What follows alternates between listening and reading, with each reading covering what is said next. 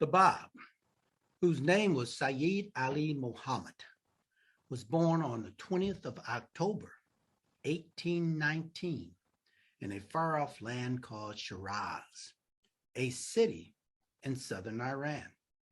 Most of the people in Iran belong to a sect or religion called Islam. You guys probably have heard of Islam, right, Truth? Right, Tylee? Maybe not. Anyway, a religion called Islam that awaits the coming of the promised one of God. And the promised one of God that they're waiting on is called the Qaim. The word Qaim means he who arises. The Bab belonged to a distinguished and noble family that traced its ancestry to Muhammad, the prophet of Islam. His father passed away when he was a small child, similar to the ages that we have in our early start class. And he was raised by his maternal uncle, who placed him in school at an early age. Now, although the Bab was endowed with what we call innate knowledge, or just God-given knowledge at an exceptionally young age, and he did not need to be instructed by any teacher. He followed his uncle's wishes, however, and his teachers recognized the Bab's great capacity, and they realized he had nothing to teach this extraordinary child. Isn't that amazing, guys? That here it is, the Bab was in school following the directions of his uncle, and even the teachers there realized that he had this special gift of knowledge, and they could not share or teach him anything that he didn't already know.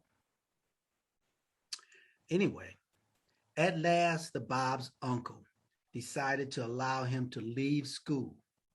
He then began to work with his uncle as a merchant in Bujari, a city southwest of Shiraz. It was in this period of the Bab's life that he was married. He and his wife had soon named Ahmad, their child, who unfortunately died when he was a very small baby.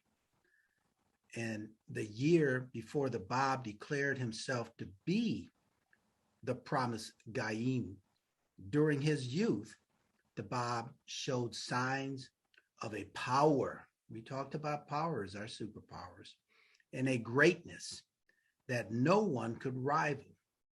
The extraordinary qualities that would distinguish him, the Bab, throughout his swift and some would say tragic ministry were already showing signs. They were already manifested.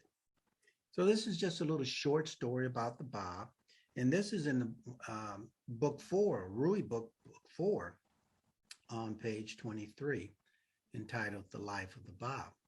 So if you'd like to read that yourself, if you have the Rui book, just go to page 23, book number 4, and you can have mom or dad or an older brother or older sister, aunt and uncle, whomever your favorite reading partner is, and have them read that story to you. All right? All right, Tylee, do you like that? I'm glad. All right, guys. Thank you.